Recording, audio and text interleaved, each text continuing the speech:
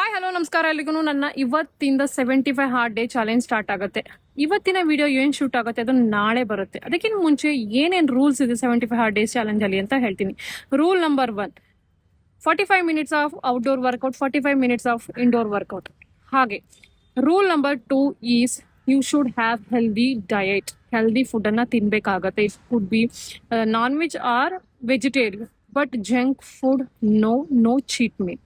ಹಾಗೆ rule number 3, you should have every day 3.8 litres, almost 4 litres of water without fail.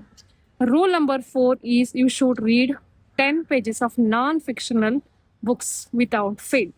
Rule number 5, at the end of the day, you can take your selfie. So every day you should take your selfie so that you can see the changes at the end of the 75 day challenge. Okay, so ಇದರಲ್ಲಿ ಯಾವುದೇ ಒಂದು miss ಆದ್ರೂ you have to start the day 1. Okay, so ಇದರಲ್ಲಿ already ನಾನು ನಿನ್ನೆಯಿಂದನೇ ಸ್ವಲ್ಪ problem start ಆಗಿದೆ, challenges start ಆಗಿದೆ.